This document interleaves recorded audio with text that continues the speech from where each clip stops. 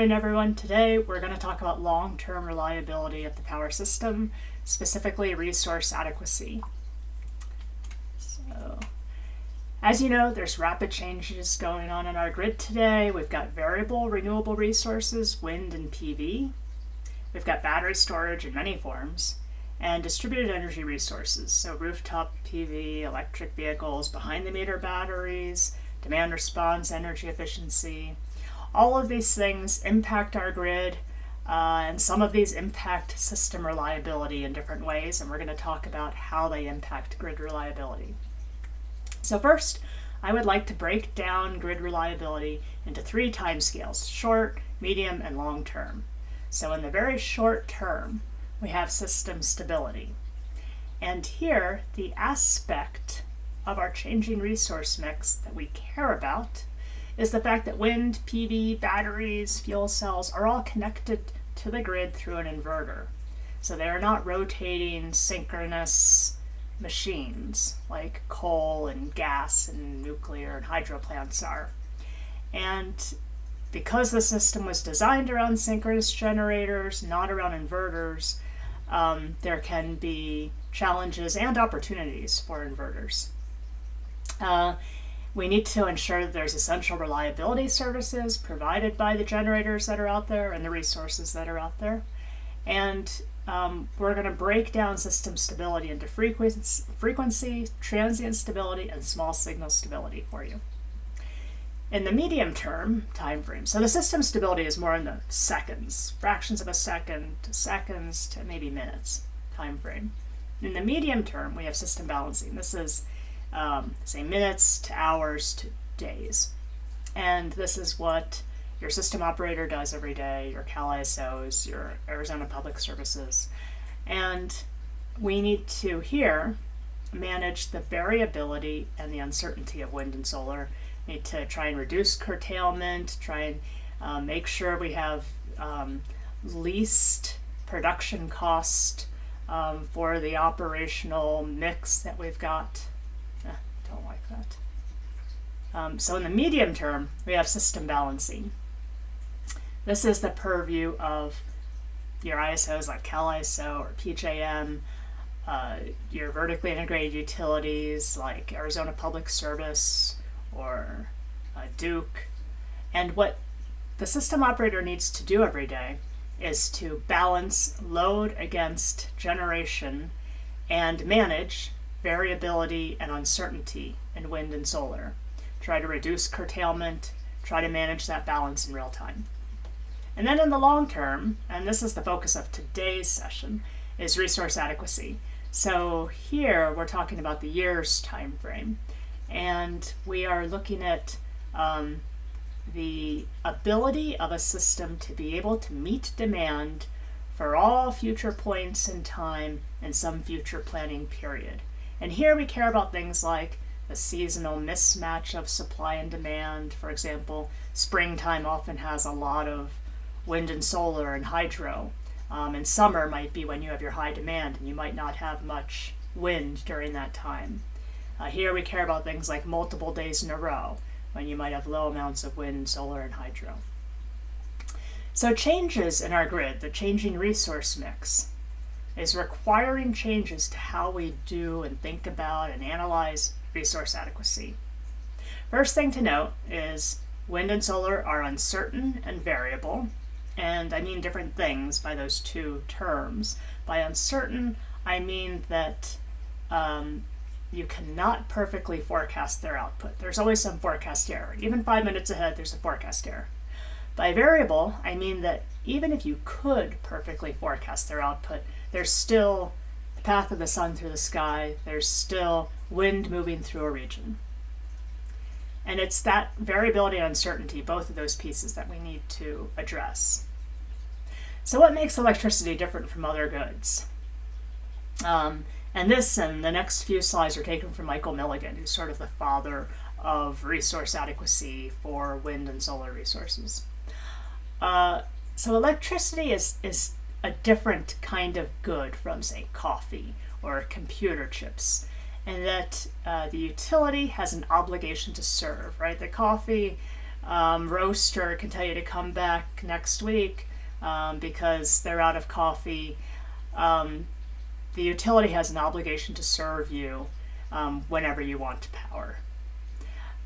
Electricity is a perishable commodity. So once it's generated, it's got to be consumed at the moment of generation, right? It can't just go into the ether. It can be consumed into a storage device, but storage devices like batteries, like pumped hydro storage, they're not as cheap and easy as just throwing a bag of coffee beans into the back storeroom. Your electricity demand has traditionally been very inelastic. And what I mean by that is that people want however much they want. And if the price changes a little bit, it doesn't affect demand so much. Pricing is regulated, and the price signals are not very strong. So we regulate the price to the consumers, and there's limits on how much volatility we'll give to the consumers. So, most consumers never see, say, real-time prices, which can, go as high as $9,000 per megawatt hour in Texas. These price signals to consumers like you and me are not very strong. We're insulated from those price signals. Reliability is the same for everyone on a particular distribution feeder. So you can imagine today, maybe my neighbor's got fast internet and I've got slow internet, but he can't have highly reliable electricity while I have low reliability of electricity service if we're both on the same feeder. And then there's other factors. It takes a long time to build infrastructure for electricity. The generators and the infrastructure have long lifetimes. There's high capital expenditures for these equipment. So what's resource adequacy? The definition is we need sufficient resources to supply all demand at some future date and time. That's usually your planning period. It can come from generation, from demand response, from storage, from transmission. And the question of, how well are you doing? How adequate are you? We usually think of it in its opposite by asking, how often do you have a problem? And the typical metric that we use is 1 day in 10 years. And I should point out that no one really knows where this 1 day in 10 years comes from. It's a rule of thumb that we've used for a long time. There's a lot of question as to whether we should continue using it, given that the distribution system is really where most of the outages occur, not the bulk power system, which is what this 1 day in 10 year metric refers to. But this is something that is of debate today. And finally, resource adequacy. This is all about probabilities. This is all about risk. How do we measure resource adequacy? So there's a lot of different metrics for this. Loss of load probability. So probability would be a number between 0 and 1. Loss of load expectation. So what's the expectation value that you've got a loss of load? Like a day in 10 years would be a loss of load expectation. Those are common metrics, but they don't give you enough information. For example, what if I have a loss of load expectation of a day in 10 years, but I'm only off by 10 megawatts? Shouldn't that be a lot different than being off by 10,000 megawatts? Or what if I had a 1 day in 10 year event, but it only lasted 1 hour? Shouldn't that be different from I had a 1 day in 10 year event and it lasted all 24 hours? So you may want other metrics to complement some of these. Things like expected unserved energy to give you how much energy you're off by during an event. There's a whole bunch of other metrics, loss of load hours, daily loss of load expectation. Here, what we care about is a loss of load event due to an insufficient planning reserve. That's what we're planning towards in this type of analysis. And we're assuming the system is going to be operated optimally. There's a lot that goes into that one word, optimally. So as an example, if the system operator, if there was a forecast error, they thought load was going to be lower than it actually turned out to be, and they did not commit maybe some generators that take a long time to start up, and they had a loss of load event because of an operator of a forecast error. That doesn't really get accounted for here. All right, so how do we do this? First thing you need to know is what level of demand do you plan for? So this is some data from, this is National Grid up in New York, and in black here is your historical peak summer demand. And you can see last summer it was 6,396 megawatts. The first thing they do is they assess the weather and determined, okay, it was a cooler year last year. Really, when we adjust that up for weather, it should be 6,708 megawatts. So you adjust that up to here. And this is adjusted up for normal 50-50 average weather. So a 1 out of 2 year weather event. There's a couple other things on here that I wanted to just highlight. This pink trace is the 1 out of 10 year weather event, and then this top yellow orange trace is the 1 out of 20 year weather event. So which one are you going to plan for? Well, they plan for different levels of risk depending on what infrastructure they're looking at. So when it comes to their distribution infrastructure, they plan for that 1 in 20 year event because there's not much diversity on your distribution system. For their transmission infrastructure, they plan for this 1 in 10 year, and for their capacity, New York ISO plans for the 1 in 2 year, the average.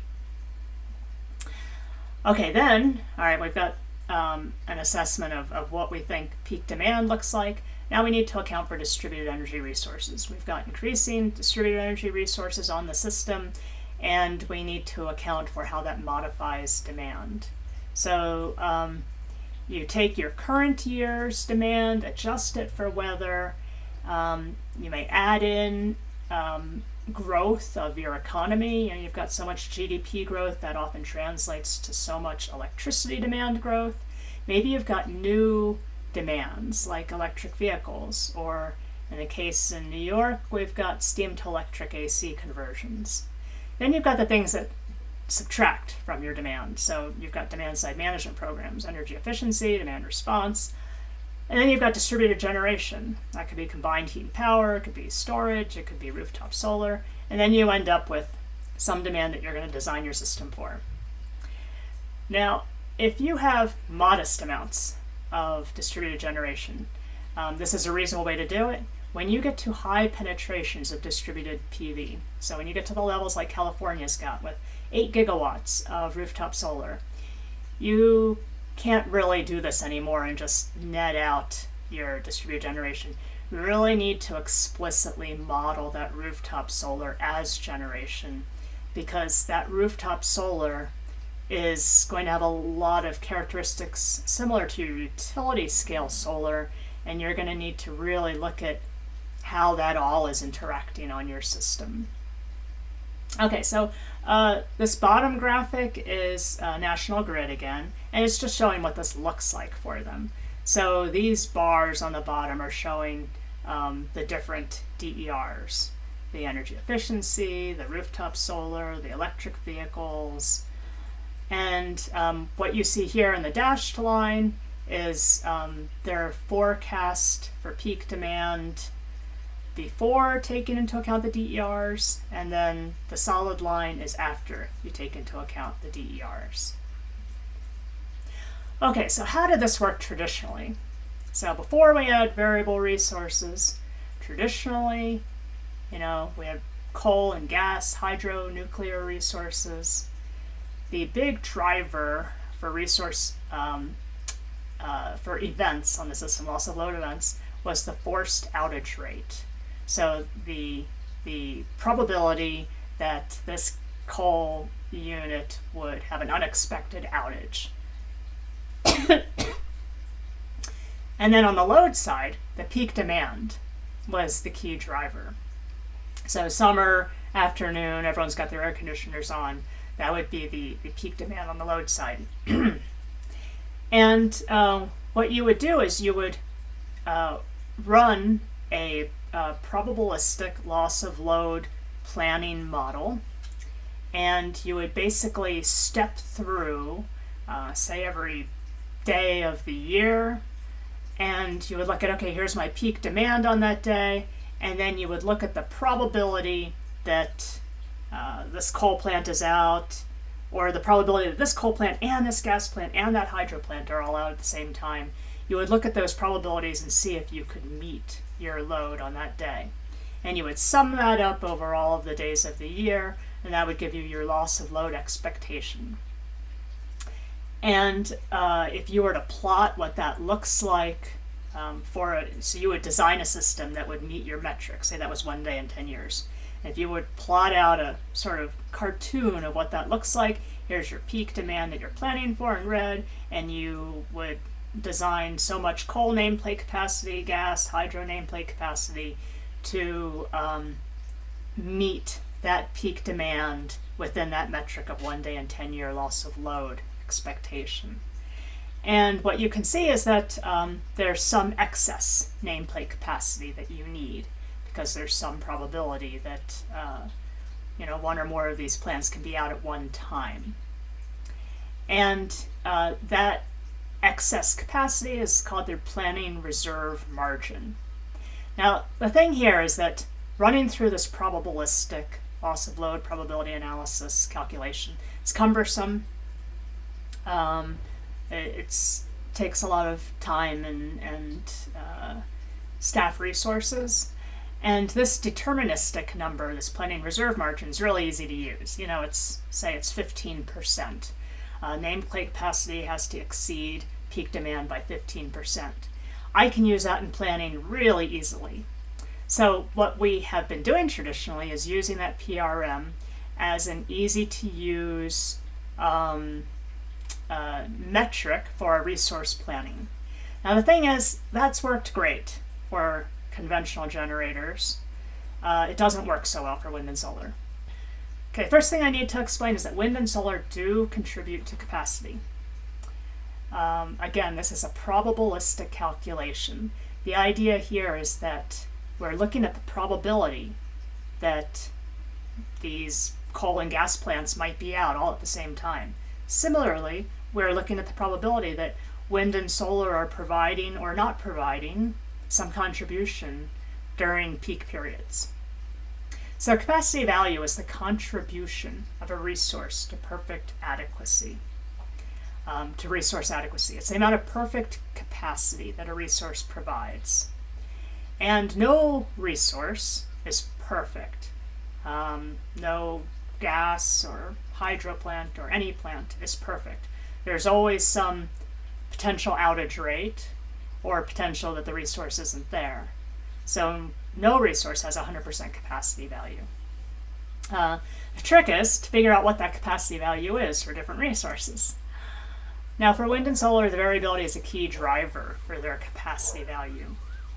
And when we look at systems with lots of wind and solar, we can no longer just look at the daily peak demand when we do our calculations. So this is showing from the ISO New England. This top black line is showing the load profile in the summer, and the increasing yellow, orange, red colors are showing increasing amounts of solar on that system.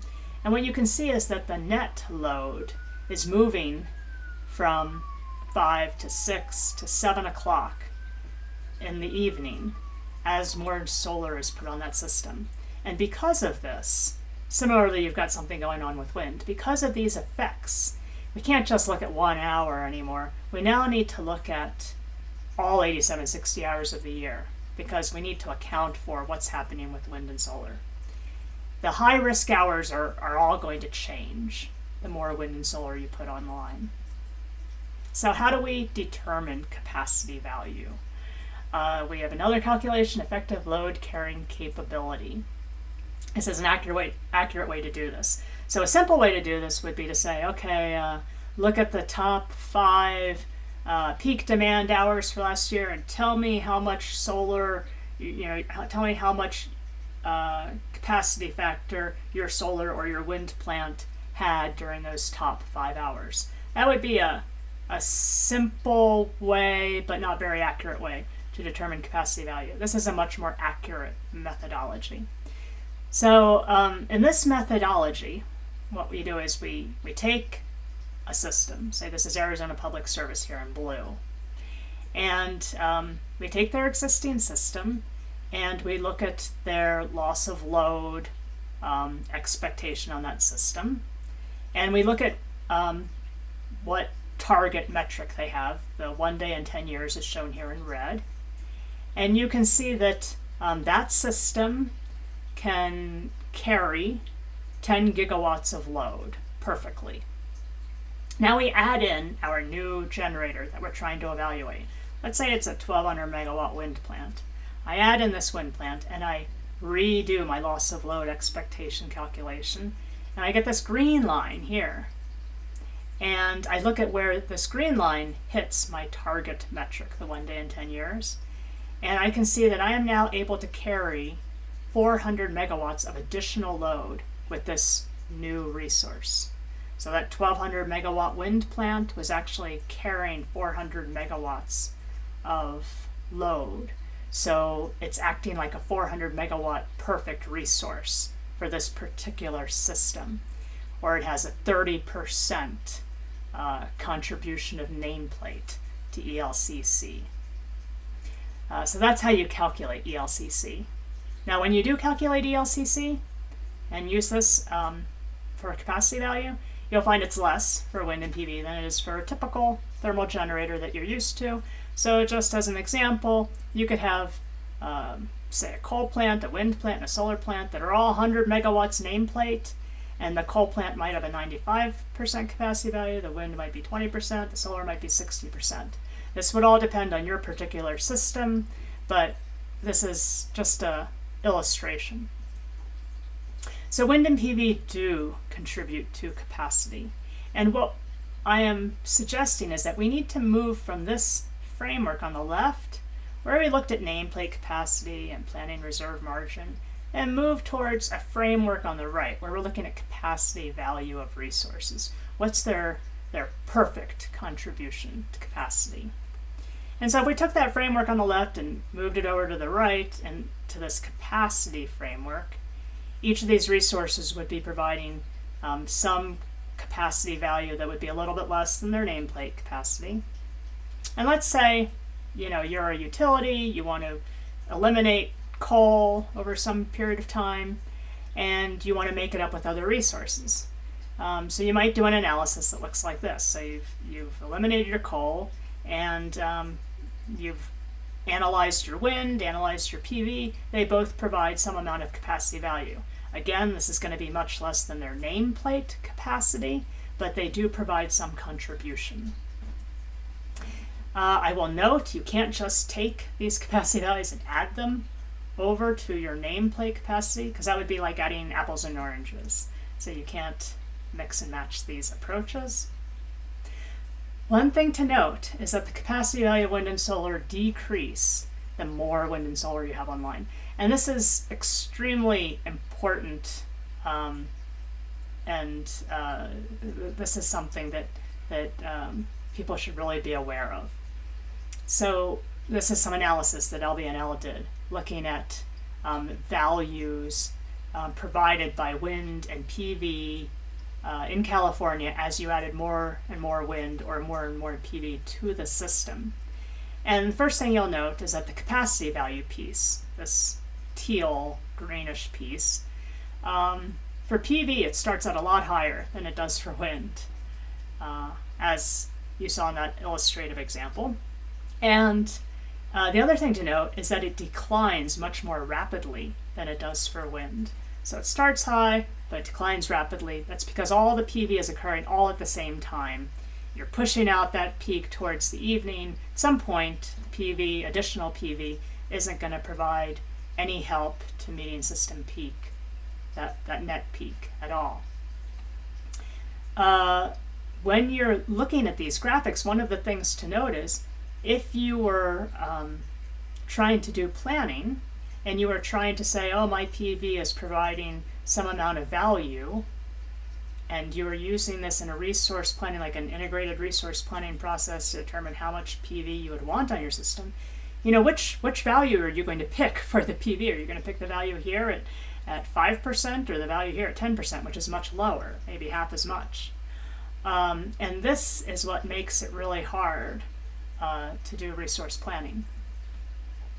Another thing about variable resources, and I'm going to include hydro here, is that the variability can be significant year to year. And the hydro people up in the Pacific Northwest are already well aware of this. But this graphic on the left is California ISO's hydro output. And you can see from 2015 to 2 years later, output was over 3 times the output of 2015. And if you look over here on the right, this is an ELCC calculation for PV for Colorado Springs.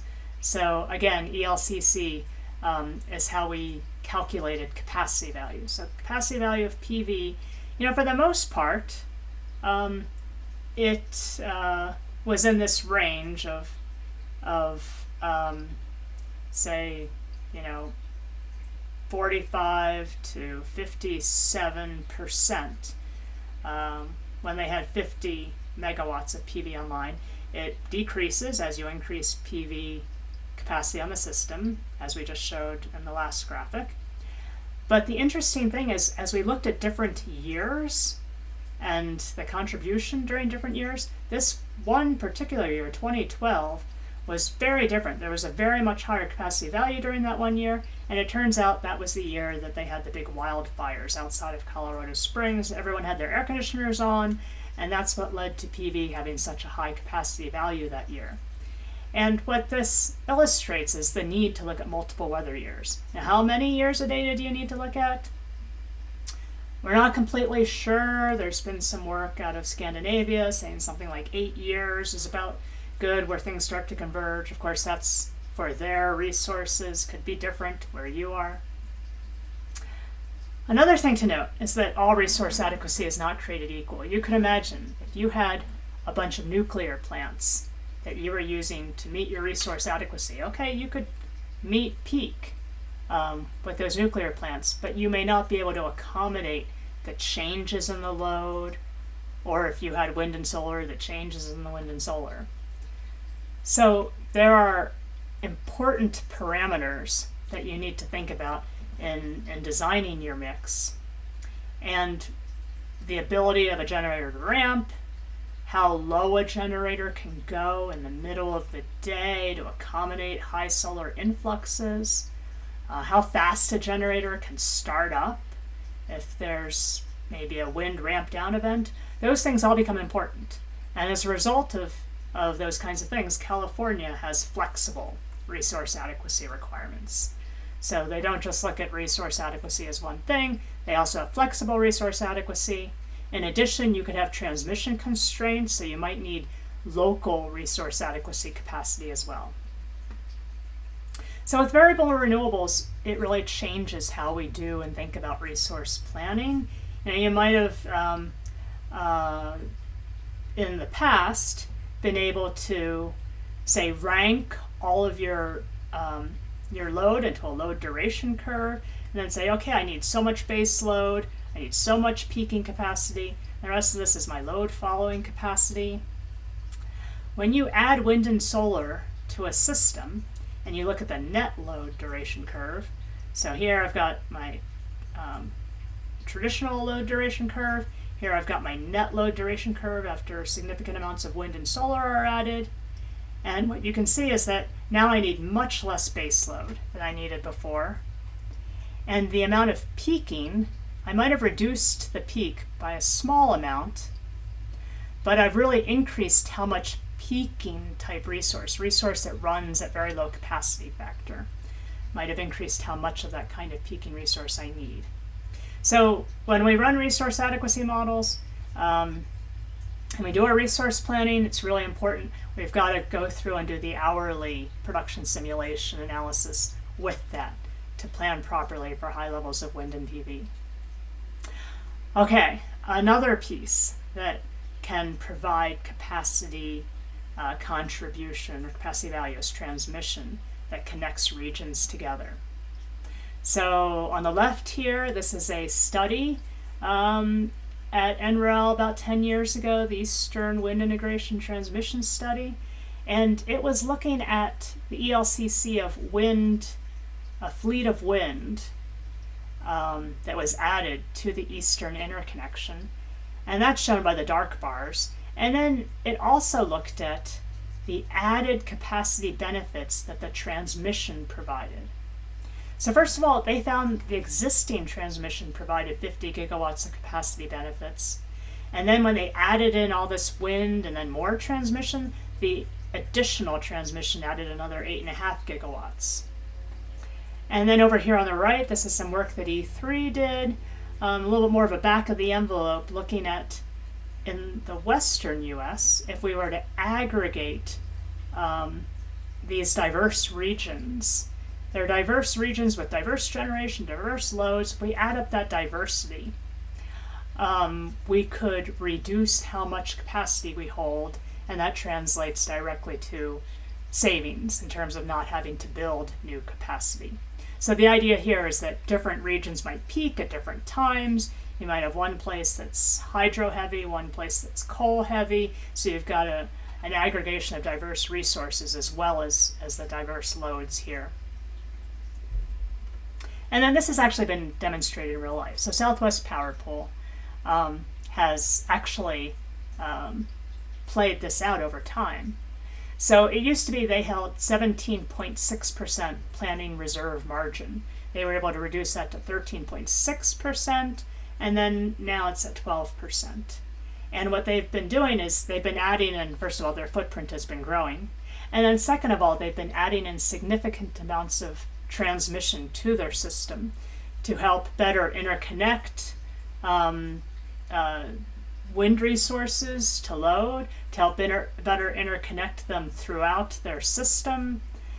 And that has translated directly into cost savings. So they're estimating $90 million annually in deferred capacity investments as they did this reduction from 2016 to 2017 of their planning reserve margin.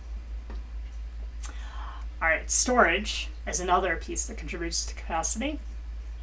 And one of the things I wanted to note is that a lot of people are using today 4-hour battery storage for capacity resources. And 4-hour battery storage has been a great boon, especially in places like California. One of the things that we've been finding in the research is that the batteries will only take you so far. So this is some work that Derek Stenslick did for Hawaii. And what this is Hawaii's got a 100% renewable portfolio standard they're planning towards.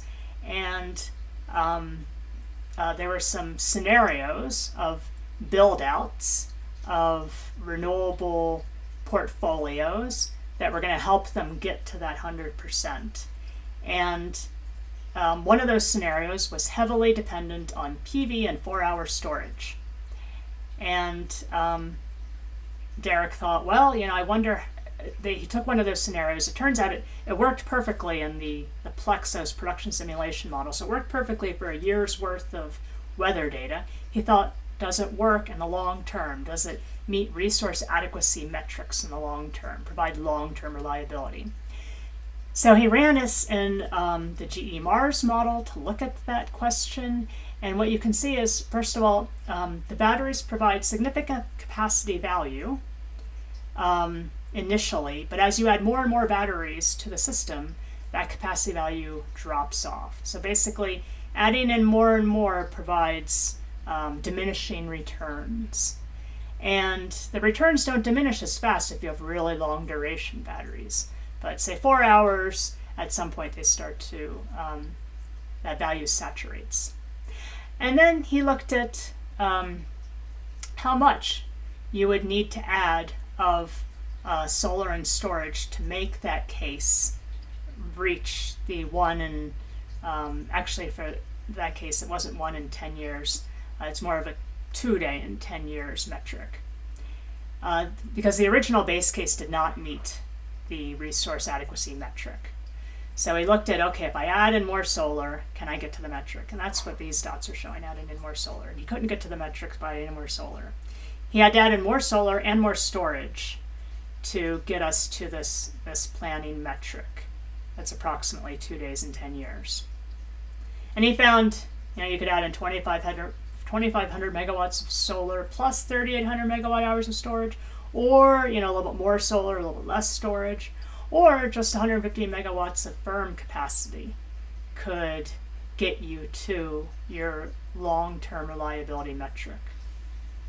I will, just for comparison, say that peak demand on the island of Oahu is 1,200 megawatts. So this is a very significant amount of solar and storage build-out. Essentially, the problem was becoming more of an energy problem, not a capacity problem. You were running into multiple days in a row when there simply wasn't enough, multiple days of cloudiness in a row, where there wasn't enough sun to charge up the 4 hours of storage. These multiple days in a row events are something that there's a lot of folks doing research on now to see where and when these things are occurring, how often. And this is just showing from Cal ISO, a sort of multiple day in a row event where there's pretty good solar production here, and then pretty low solar production for the 4 days in between. The other thing to note is that with storage, forecast errors can affect the value that the storage brings. So this is looking at the forecast error for that same Hawaii study that I mentioned earlier. And the forecast error decreases the capacity value of the storage, and then the storage continues to fall off as you increase the amount of storage on that system. This is from another study that GE and NREL did about 10 years ago, where we looked at high levels of wind, low levels of solar and WEC. And this top graphic is showing perfect forecasting. And this brown line is showing the high wind, moderate levels of solar scenario. And this is looking at the spot price of for one of the regions. And then when we compared that perfect forecast error to a system that had realistic forecast error, that's shown here in red. So red is the same scenario as the one in brown up above, but with forecast error. And what you can see is spot price is going all over the place. And it becomes very difficult to know when to charge and when to discharge the storage. And essentially, if you think about it, for a storage plant, a lot of these times of when to charge and when to discharge are dependent on when there's going to be a forecast error in your wind or solar output. So as a storage provider, you would need to be able to forecast when the wind or solar forecasters are going to be wrong. So it's a difficult proposition. NREL's done some really good work looking at the synergy of PV and 4-hour storage. So the synergy is illustrated here. The load here, this is Cal ISO, is in blue. If we had some amount of 4-hour storage here, sort of shave off this peak, you could probably put in 1,600 megawatts of 4-hour storage to shave off this peak. When you add in high amounts of solar, and that's shown here in green, the new net load is a lot peakier. It's a lot more narrow. And here you could accommodate 2,700 megawatts of storage to help manage that peak. So it's important to note the resources interact, and you've got to model the entire system rather than modeling each piece independently and then adding them up, right? If I added up capacity value of PV to capacity value of storage, that actually wouldn't be as good as modeling the whole system as one. And just as another example, there could be synergies with PV and wind, with PV pushing the peak towards the evening where wind output might be higher. And then finally, demand response contributes to capacity. So demand response can act in a lot of ways like storage. And we're already seeing demand response being used for peak shaving in a lot of regions. If you think about it, these units that you need for peaking are running for fewer and fewer hours when you add in wind and solar, and that load duration curve gets peakier. And that means cost recovery is going to be difficult for those peaking resources. And you might ask yourself, why would I want to build capacity if I'm only going to run it for a few number of hours? So demand response in these kinds of situations can be very attractive. I just listed a number of peak time rebate programs that I've heard of where, the important thing here is they're actually giving significant savings to customers. I believe you need to give significant savings to customers to make it worth their while. One of the places that's really been doing a lot with the demand side flexibility is ERCOT, so Texas. And you might recall this past summer, they had a really tight reserve margin going into 2019. So ERCOT does not have a capacity market or capacity requirements like most other places in the US do. They have an energy-only market, and they let energy prices go up to $9,000 per megawatt hour to try and spur investment in new capacity rather than a separate capacity requirement or market. They set a new record for their peak demand this past summer, even with that tight reserve margin. And one of the things that helped drive their ability to handle this is this thing called 4CP. So what they have is their transmission charge for the next year gets allocated on the basis of how much energy they used during the peak period of the peak summer months.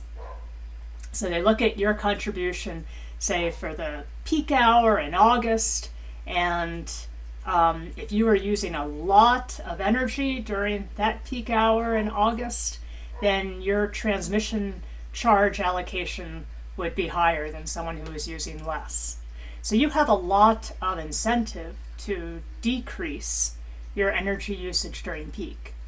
Partially because you can have energy prices just going up to $9,000 per megawatt hour, and then partially because of this transmission charge that's going to affect you all next year. So what you can see here is this is looking at some of their peak days in August, and on this particular day, August 13th, shown here in gray, you can see they deployed their emergency response service. So that's demand response.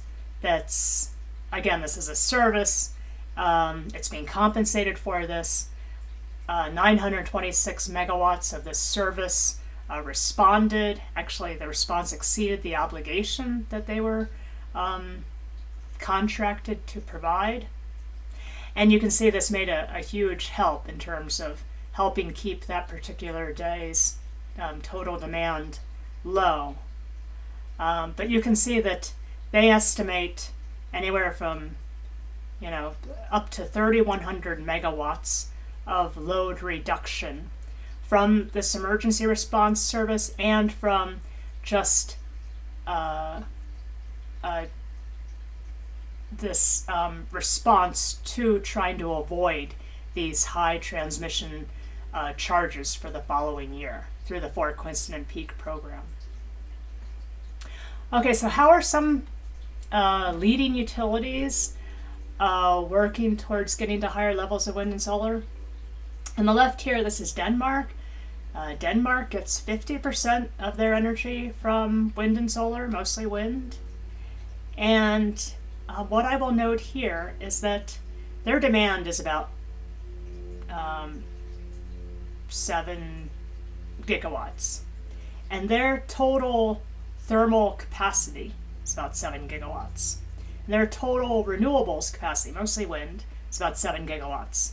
And their total interconnection with their neighbors is 6 gigawatts. So basically, they have huge amounts of interconnection that they use to help sink some of that variability that they have from wind and solar. They don't do it with storage. So a lot of folks think, oh, storage is the answer. They do it with interconnections. Here on the right, this is Kauai. Oh, and I should also point out for Denmark, they are planning to build even more interconnection with neighbors. So they're planning to have more renewables online and more interconnection with neighbors as they retire more of their thermal capacity. On the right is Kauai, an island in Hawaii where there's no interconnection with any neighbors, and they do it instead with storage. So they do this with battery storage. But you can see they've got about as much solar as they do peak demand. They're planning on installing more solar, and they're planning on increasing their storage quite substantially to help meet that as they get to 80% by 2025. I think right now, they're already at least 42%. So finally, changes in our grid require changes in how we do resource adequacy.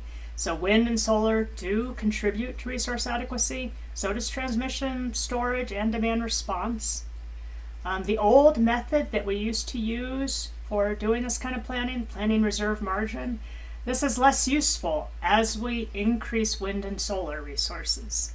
The fundamental calculations that we've done in terms of loss of load, those are still valid.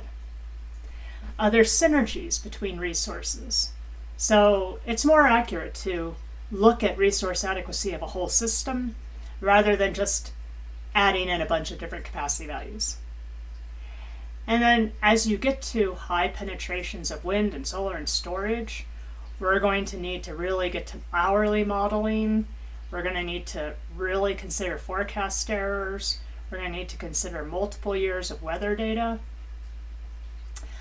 Medium duration storage helps, and there's synergy between medium duration storage and PV. We do need to consider things like multiple days in a row of low resource. And then finally, the ultimate lever that we have in all of this is controllable or price-sensitive demand. The ultimate lever, if you're trying to balance demand against supply, don't just work on the supply piece. Work on the demand piece as well. And then I'll just leave you with some references for if you're interested in any of the topics in more detail. Thank you very much.